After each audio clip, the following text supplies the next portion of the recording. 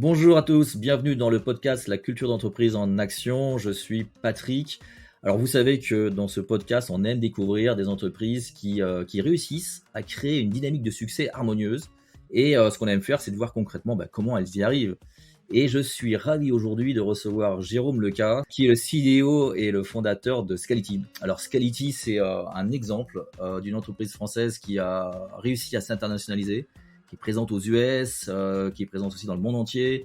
C'est, je crois, 25 nationalités dans 15 pays, 190 personnes. Et c'est un leader mondial dans le stockage de données.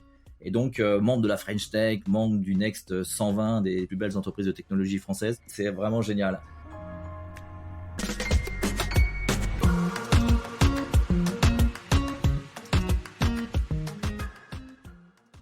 Je suis très heureux, Jérôme, de t'accueillir. Merci beaucoup à toi. C'est un plaisir et un honneur, Patrick.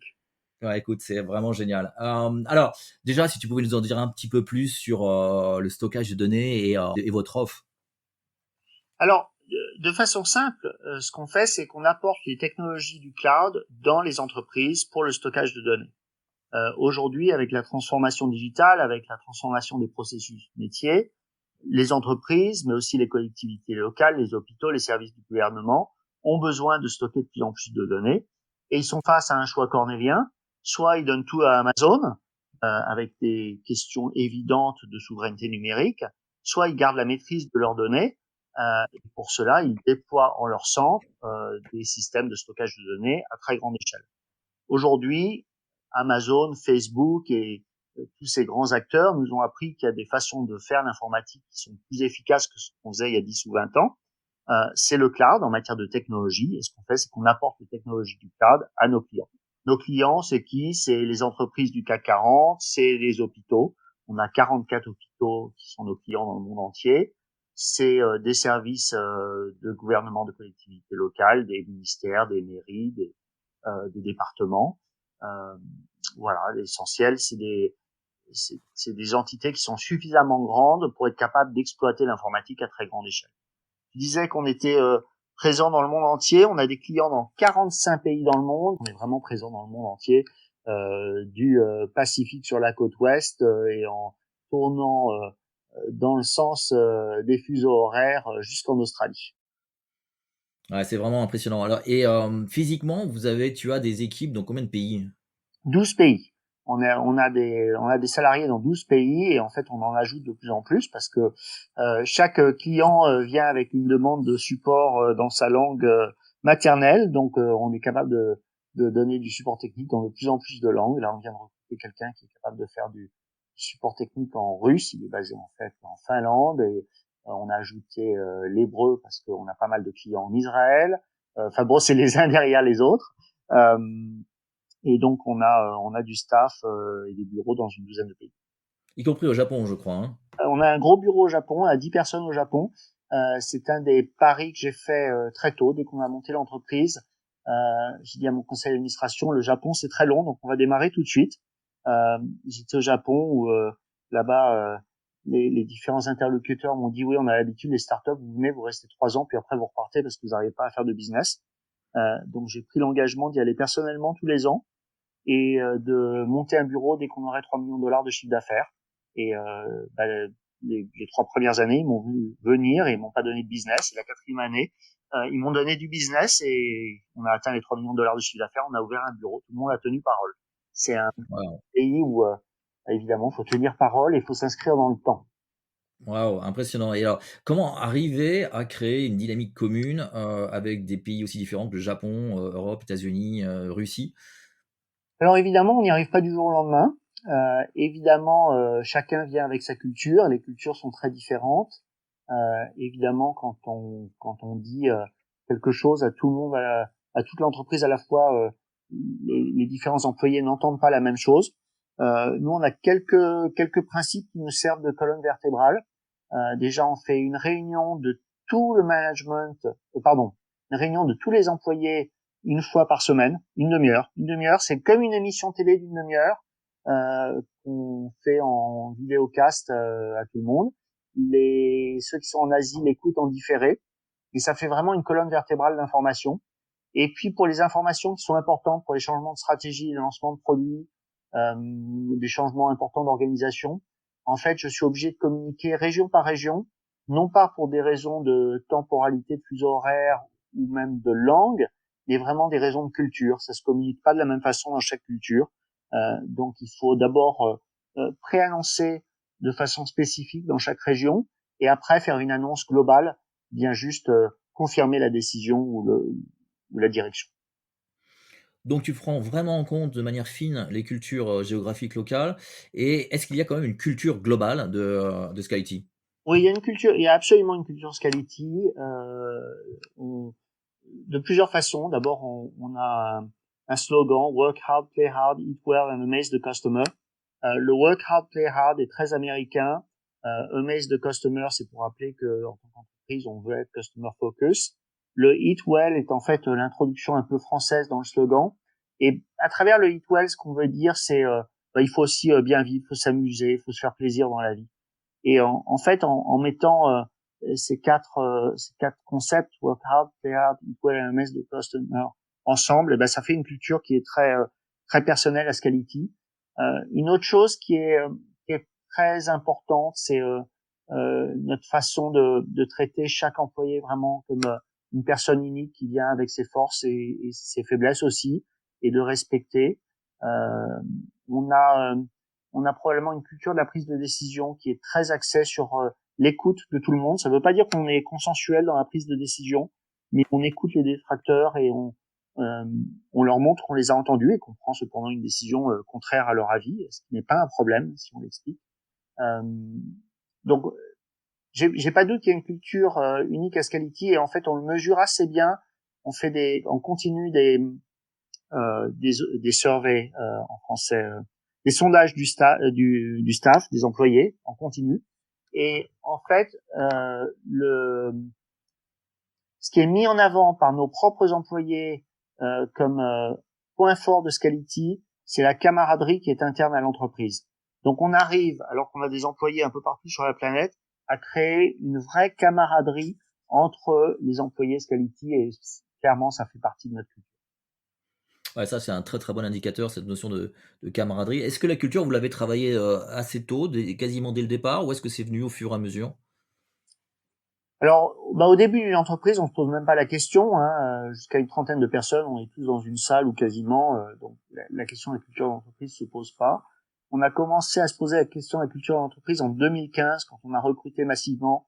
On est passé de 35 à 100 en 18 mois. Et là, j'ai fait quelque chose d'assez consensuel où j'ai demandé à tout le monde de contribuer ce qu'il pensait qu'était la culture de Scality pour la documenter. Et en fait, on a abouti avec quelque chose qui n'avait pas vraiment de force et surtout dans lequel je ne me reconnaissais pas. Donc j'ai vécu avec pendant 2 ans. Et encore une fois, c'était vraiment issu du staff. Euh, mais au bout de 2 ans, je me retrouvais plus dans les cultures annoncées par l'entreprise et donc j'ai refait les choses mais très différemment. Où en fait, j'ai d'une certaine façon dicté ma culture à ce que allait devenir Scality en croissance, en scale-up. Hein, au moment où on passait de 100 à 200 personnes, donc encore une étape de croissance importante.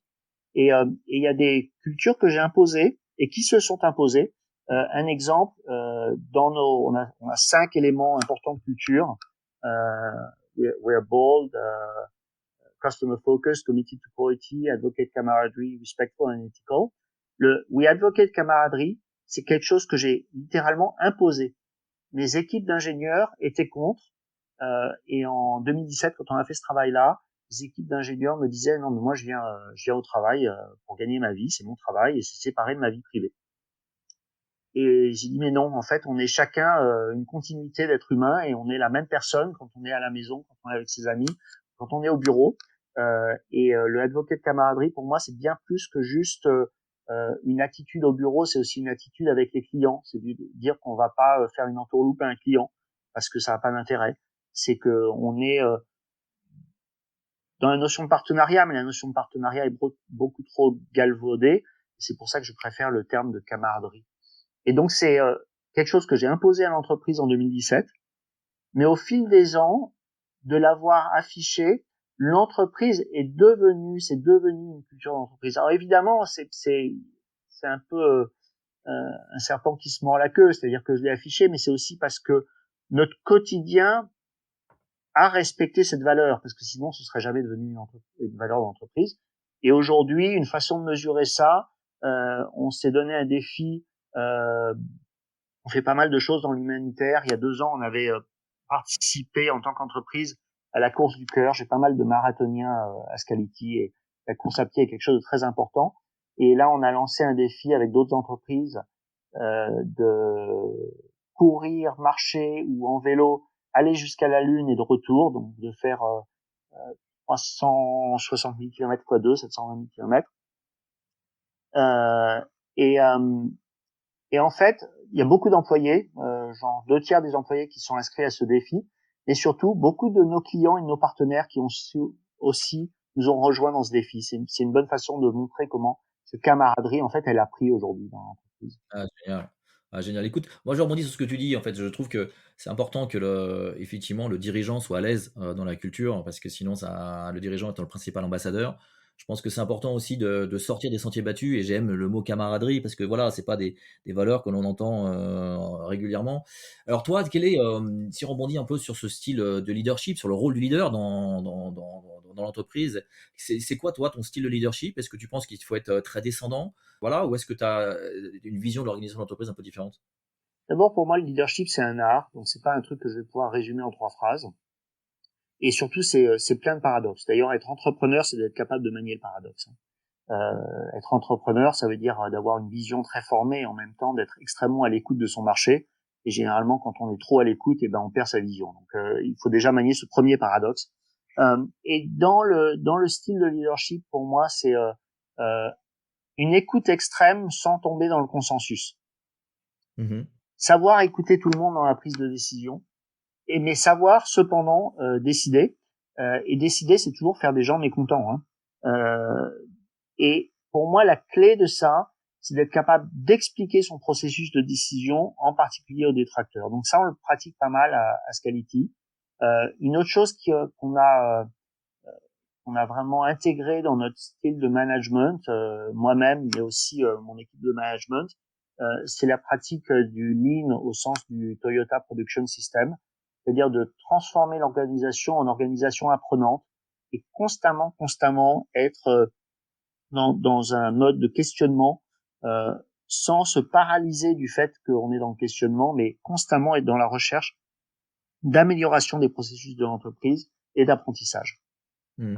Alors, et ce que tu disais, je rebondis, sur, tu disais tout à l'heure que vous faisiez un feedback, vous faisiez des sondages, et je crois que c'est quelque chose de très important chez vous, et donc c'est aussi prouver que vous êtes à l'écoute, des collaborateurs. Donc comment ça se passe ces sondages, et est-ce que ça vous donne vraiment des informations intéressantes? Alors, ça fait 5 ans qu'on fait ça et c'est extraordinaire. Euh, donc, les sondages, il y a plusieurs entreprises qui donnent des méthodologies de sondage du staff, notamment Culture Amp ou Peakon. Nous, on a utilisé l'un et l'autre. Actuellement, on utilise Peakon. Et donc, nos employés reçoivent des questions toutes les 3 semaines auxquelles ils répondent. On a un taux de participation de l'ordre de 85%, donc c'est statistiquement représentatif. Et donc, ils répondent en tout, sur 3 mois, on va leur présenter 120 questions. Ces questions, elles sont scientifiquement calibrées par ces outils pour comparer d'autres entreprises. Et ils nous sortent comme mesure, c'est ce qu'ils appellent l'engagement, engagement en anglais, on pourrait dire adhésion en français, du staff. Euh, donc ça, c'est très utile pour savoir où on en est avec notre staff et si le staff est en train de suivre l'entreprise dans son ensemble.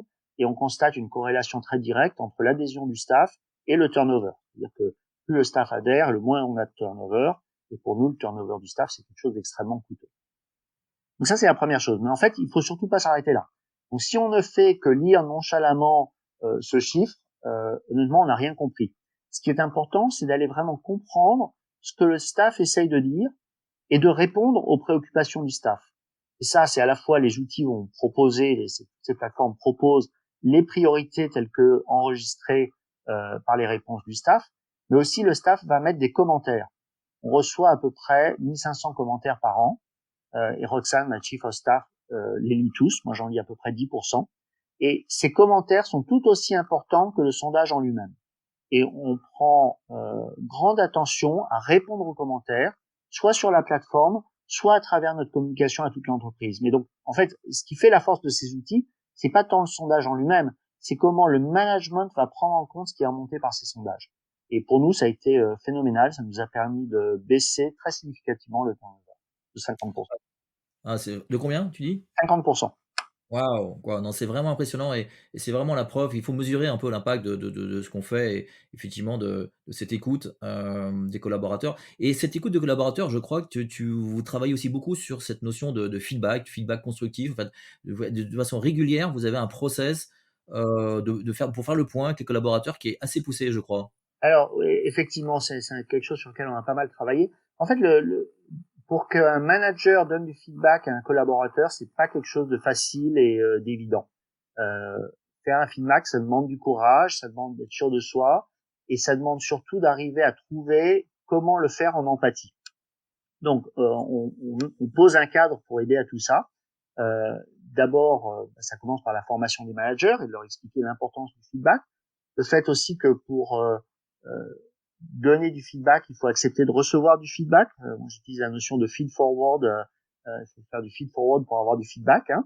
Euh, L'autre chose, c'est la notion de courage qui est associée au fait de donner et de recevoir du feedback. Et on organise des temps forts. D'abord, je demande à tous les managers d'avoir un rendez-vous hebdomadaire, seul à seul, avec chacun des employés qui managent. Absolument une demi-heure par semaine, une demi-heure minimum par semaine, mais vraiment toutes les semaines avec une cadence.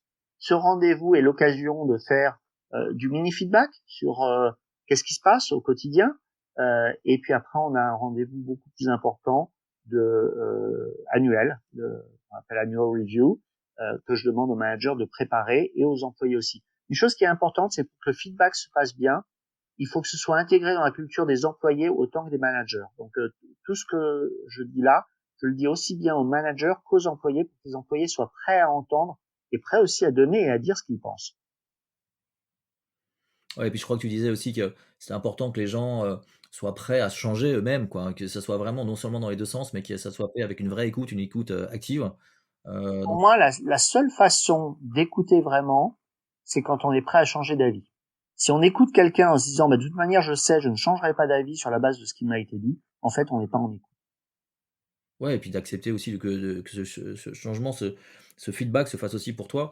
Alors je rebondis sur un autre point. Ce qui m'a surpris, c'est que vous aviez une DRH, vous n'en avez plus aujourd'hui et qu'aujourd'hui tu as une chief of staff, qui est Roxane, dont tu parlais tout à l'heure. Est-ce que tu peux nous dire 2 mots, le rôle de cette chief of staff? C'est quelque chose d'assez rare encore dans les entreprises françaises. Je crois que Ouais, c'est très important chez vous. ouais. Non, effectivement, j'ai essayé différents modèles et c'est celui qui me convient bien, qui à mon avis convient bien aux startups. Bon, quand les startups grossissent, au-delà d'une centaine de personnes, on est bien obligé de mettre en place des structures. Hein. Tout ne peut pas aller au CEO, ça marche pas. Ou l'équipe fondatrice, si c'est une équipe fondatrice.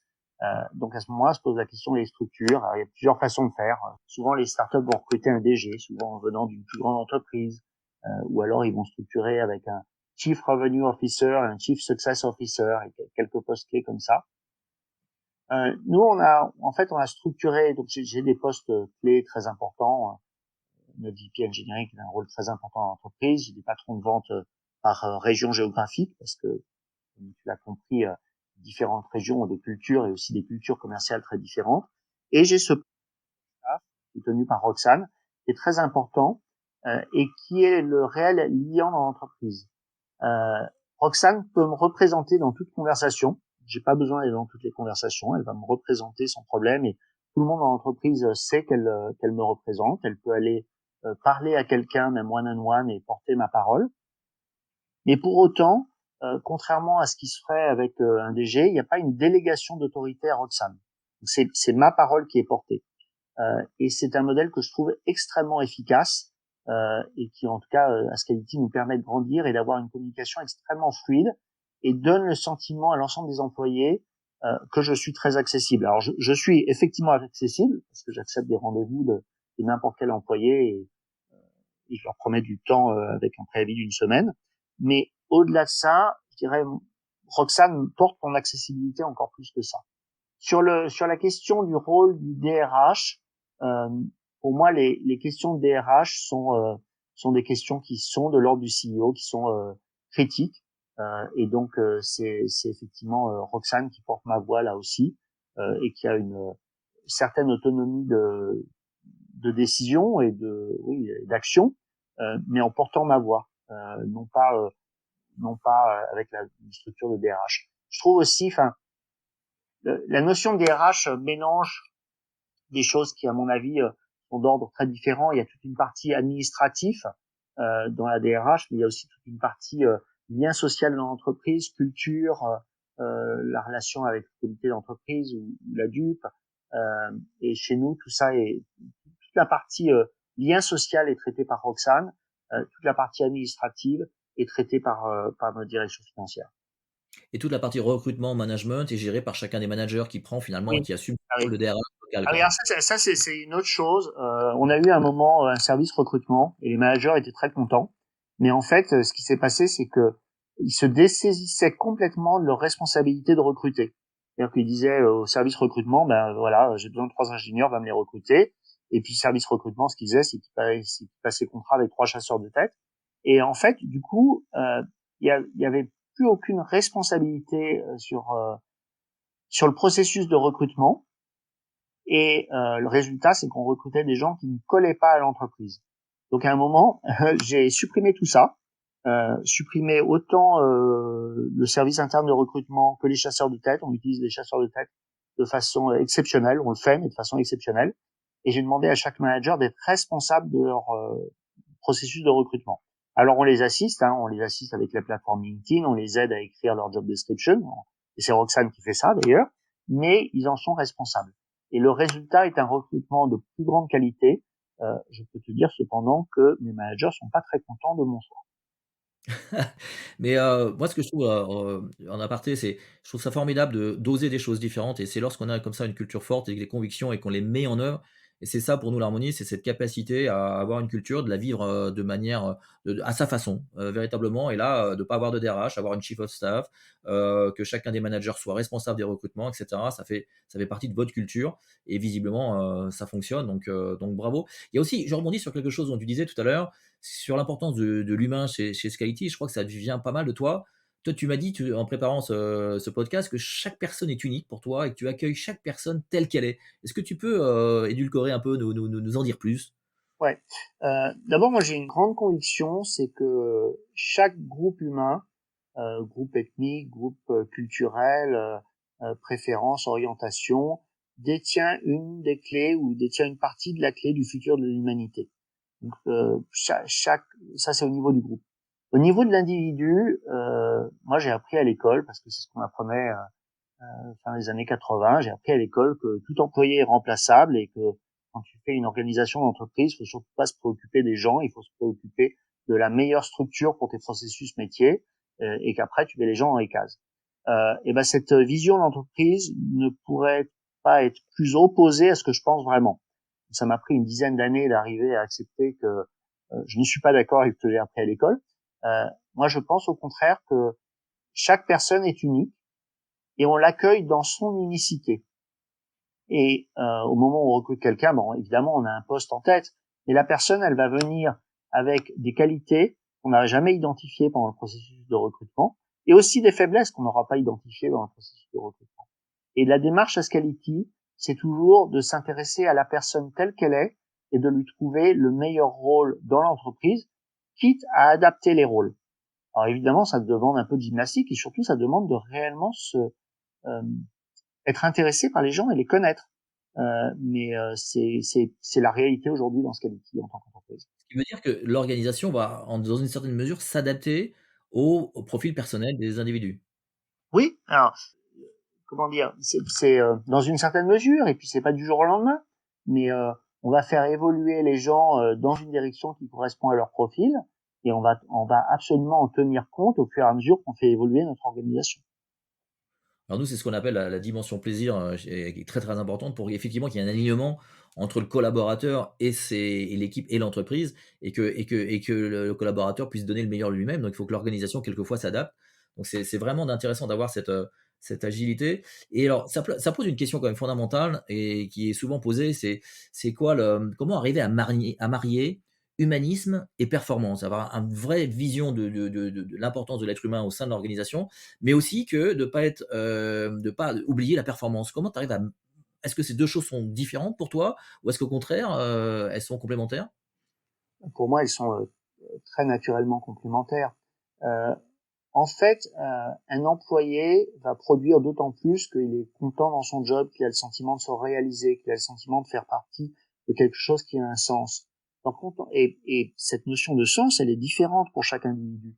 Donc, quand on arrive à mettre chacun dans un job où il se sent tellement libre de se réaliser et de contribuer à quelque chose qui a un sens, c'est là qu'il va produire le plus et c'est là que l'entreprise sera la plus performante.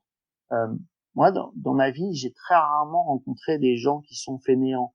J'ai rencontré des personnes qui se retrouvent dans un rôle qui ne devrait pas être le leur, et, euh, et parfois des personnes qui sont poussées par leur environnement social à prendre des rôles qu'ils ne devraient pas prendre. Et il faut arriver à communiquer avec eux, à leur faire prendre conscience qu'en fait, ils seraient bien plus heureux euh, dans un autre rôle, peut-être d'ailleurs avec moins de responsabilités au sens sociétal, mais pour autant beaucoup plus heureux pour ce qu'ils aiment faire. Je vais donner un exemple très concret sur les 2 dernières questions. Euh, Très très souvent, on a des experts techniques qui montrent du leadership dans les réunions de brainstorm technique. Ils montrent qu'ils comprennent les problèmes, qu'ils sont capables de comprendre l'interaction entre une problématique technique et le business sous-jacent. Et on a très très envie d'en faire des managers. Et je dirais que au moins une fois sur 2, quand on approche la personne et qu'on lui propose d'être manager, l'ingénieur dit que bah non, en fait, il préfère rester ingénieur et que ce qu'il aime, chez nous c'est du software, donc c'est développer du code. Ce qu'il aime, c'est développer du code. Il n'a pas du tout envie de se mettre à faire du management. Et je dirais que c'est bien que c'est une fois sur 2.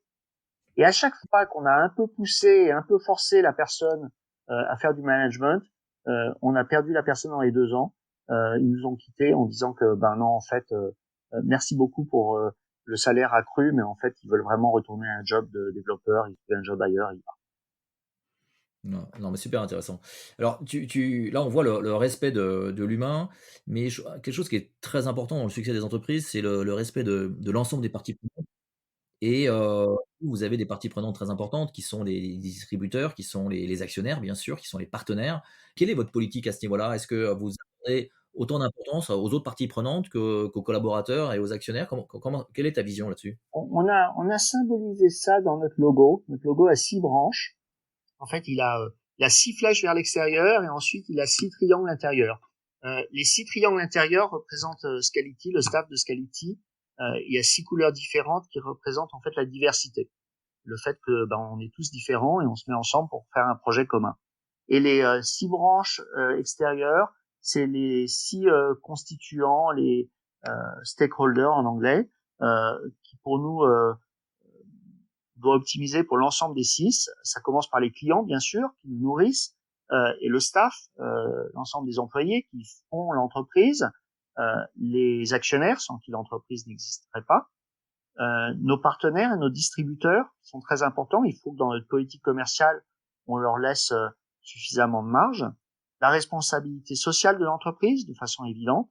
Et le 6e, c'est la recherche scientifique, parce qu'on est une entreprise scientifique et on croit en la science, on croit en la recherche, et on veut apporter des innovations dans le monde. Et c'est aussi d'ailleurs un programme d'open source où on contribue de façon publique une partie de notre recherche au monde de l'open source.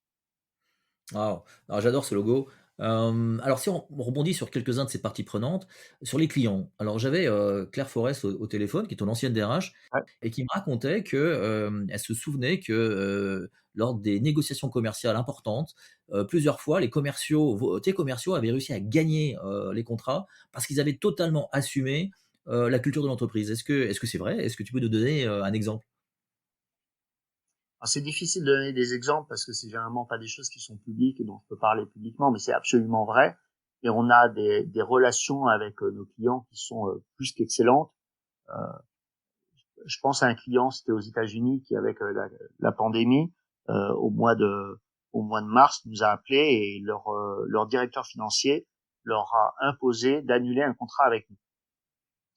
Je leur ai dit ok, légalement vous avez le droit de l'annuler, donc on va l'annuler, mais je leur ai dit ça va vous mettre en danger parce qu'en fait vous allez pas savoir opérer votre plateforme sans qu'on continue à faire ce qu'on faisait.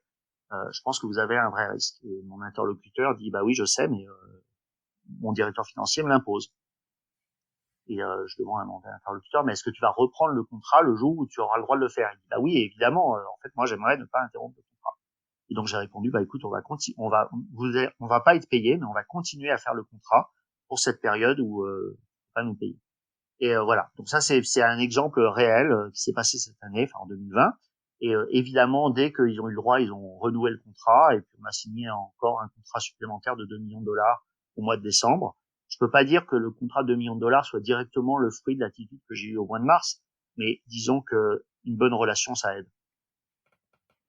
Waouh! Non, c'est un très, très bon exemple. Alors dans les autres parties prenantes, il y a bien sûr la notion d'impact, la notion de RSE ou on dit Ouais. aussi ESG. Enfin, est-ce que tu considères que Scality est une entreprise à impact? Alors nos produits contribuent à mon sens, de façon très positive au monde, au sens où je pense que c'est important que nos clients gardent une indépendance par rapport à leurs données, et c'est ça qu'on leur apporte, hein, dans un monde où tout est en train de devenir dans le cloud et de plus en plus de pays ont des lois extraterritoriales qui leur permettent d'aller voir les données des autres et faire de l'espionnage industriel. Nous, on apporte des technologies et des produits qui permettent de lutter contre ça et de garder son indépendance. Donc, dans ce sens-là, oui. Euh, Ceci dit, c'est un sens très extensif du mot impact. Au-delà de ça, je pense que notre façon d'être dans le monde a réellement de l'impact vis-à-vis de nos employés, bien sûr, vis-à-vis de l'ensemble des stakeholders. Et puis, on a des initiatives qu'à mon avis, toute entreprise devrait avoir. Euh, on compense quand on voyage tout notre création de CO2 par des plantations d'arbres, de tri des déchets, de réutilisation des déchets autant que possible. Euh, donc, on fait aussi pour tous nos employés un programme de donation matching. Donc, les employés peuvent donner de l'argent à leur association de choix. On ne veut pas se substituer au libre arbitre des employés dans les initiatives qu'ils vont soutenir. Et l'entreprise donne autant d'argent à l'association choisie par les employés, et ça dans le monde entier, à concurrence de 500 dollars par an, d'organisations sauf religieuses ou politiques. Donc, on a pas mal d'initiatives comme ça qui, à mon sens, font de nous une entreprise à impact. Donc non seulement apporter de la souveraineté, de l'indépendance au niveau informatique, mais aussi tous ces efforts qui sont faits autour de ça. Alors il y a un autre sujet, moi, je rebondis sur les différentes parties prenantes avec ton logo là que j'adore. Tu as parlé des actionnaires, et dans ces startups, il y a une sorte de folie, de l'argent. On parle de licorne, on parle de décacorne. Et finalement, quand tu regardes, licorne, impact, humanité, comment on arrive à marier tout ça? Est-ce que c'est pas on ne devient pas schizophrène? Non, pour moi, il y a aucune raison de se dire qu'une entreprise qui a de l'impact ne devrait pas devenir une licorne. Il y a aucune contradiction là-dedans. Donc, euh, euh, clairement, moi, j'espère gagner beaucoup d'argent avec Scality. J'ai une bonne rémunération. Nos employés sont très très bien payés et et je pense qu'on fera gagner beaucoup d'argent à nos actionnaires. Et je pense que ça, il y a aucun conflit entre ça et cette volonté-là et la notion d'impact. Il y a un endroit où ça devient un conflit. Et je vais utiliser un terme anglais, tu vas m'aider à le traduire. C'est quand les gens deviennent greedy. Mmh. Donc c'est une chose de vouloir gagner de l'argent, c'est une autre chose que de vouloir en gagner en faisant perdre ses adversaires. Ouais, c'est un excès de soif de gagner de l'argent, quoi, un excès de Avidité, je pense. Le mot d'avidité irait bien. exactement, bravo. Hem et nous, il y a une chose qui est aussi très importante pour nous quand tu vois toutes ces parties prenantes, quand tu vois cette culture, c'est d'arriver à créer, quelque part, une sorte de cohérence, une sorte d'alignement de cet ensemble qui est un comme tu disais, c'est le management, le leadership, c'est un art, c'est d'arriver à marier tout ça. Est-ce que pour toi, cette notion de cohérence, d'alignement, c'est des choses que tu gardes en tête quand tu manages la société au quotidien? Je le pense pas en ces termes. En revanche, ce que je pense, c'est que d'abord le métier du manager, pour 80%, c'est de la communication. Euh, Quand on est CEO, la communication, elle passe par les maillons intermédiaires. et je passe beaucoup de temps à communiquer aux managers, que ce soit mes direct reports ou les managers intermédiaires, euh, mes grands principes de management, et non seulement à les communiquer, mais à les faire respecter. Je disais tout à l'heure que je demande à tous les managers d'avoir un rendez-vous hebdomadaire avec chacun de ses employés. C'est quelque chose sur lequel j'ai dû insister pendant plusieurs années avant que ce soit effectivement fait dans l'entreprise. Donc il faut une certaine constance et rappeler des grands principes et reprendre à l'ordre en fait le management quand il ne suit pas les principes du CEO. Enfin, il y a quand même comment dire, il y a quelque chose qui n'est pas doucereux dans ce style de management. Hein. Il faut quand même imposer certaines choses, sinon elles sont pas faites. Alors, on arrive à la fin de ce podcast. D'abord, j'ai pris un énorme plaisir à mieux découvrir, à plonger au cœur de Scality. On termine par une question traditionnelle. Qu'est-ce que tu conseillerais à un dirigeant en matière de culture d'entreprise? Il y a des dirigeants qui hésitent. Le mot de culture d'entreprise peut faire peur. Quelquefois, on peut se dire c'est bisounours aussi. Donc toi, tu dirais quoi? Est-ce que c'est un levier? Est-ce que c'est un atout? Alors, honnêtement, pour moi, le terme de culture d'entreprise est un peu galvaudé. Et aujourd'hui, on le met un peu à toutes les sauces. Donc, je dirais à l'entrepreneur ou au CEO de pas se focaliser sur le terme, de pas s'inquiéter, mais par contre d'avoir des principes incarnés. Peu importe comment on les appelle, mais il faut qu'il y ait quelques principes et que ces principes correspondent à la réalité de ce que le leader est. Si les principes ne correspondent pas à ce que les employés voient au quotidien, ça va plutôt desservir l'entreprise que la servir. Donc, définir quelques principes et s'y attacher. C'est vraiment ce que je conseillerais en matière de culture d'entreprise. Ouais, la culture, c'est les actions que tu fais, c'est tes actes et c'est cette, Ouais. exemplarité que tu dois avoir et cette cohérence. C'est-à-dire qu'il vaut mieux pas se lancer là-dedans si effectivement, on ne souhaite pas, avoir une certaine droiture, hein, vis-à-vis de ça. Écoute, Jérôme, un énorme merci, pour ton témoignage. Je trouve très inspirant sur plein de choses. Ce que j'ai beaucoup aimé, c'est cette authenticité avec laquelle, tu fais les choses et aujourd'hui, d'avoir réussi à ce développement international, ce qui est une gageure, c'est pas facile pour beaucoup d'entreprises françaises. Bah, tu y arrives et tu y arrives en prenant en compte à la fois les cultures locales, mais en ayant aussi une culture très forte. Donc je trouve ça formidable. Voilà et un énorme merci, une nouvelle fois Jérôme et je souhaite vraiment à Scality, de continuer à se développer de manière aussi belle et aussi fluide. Merci beaucoup. Merci Patrick. Au revoir Jérôme.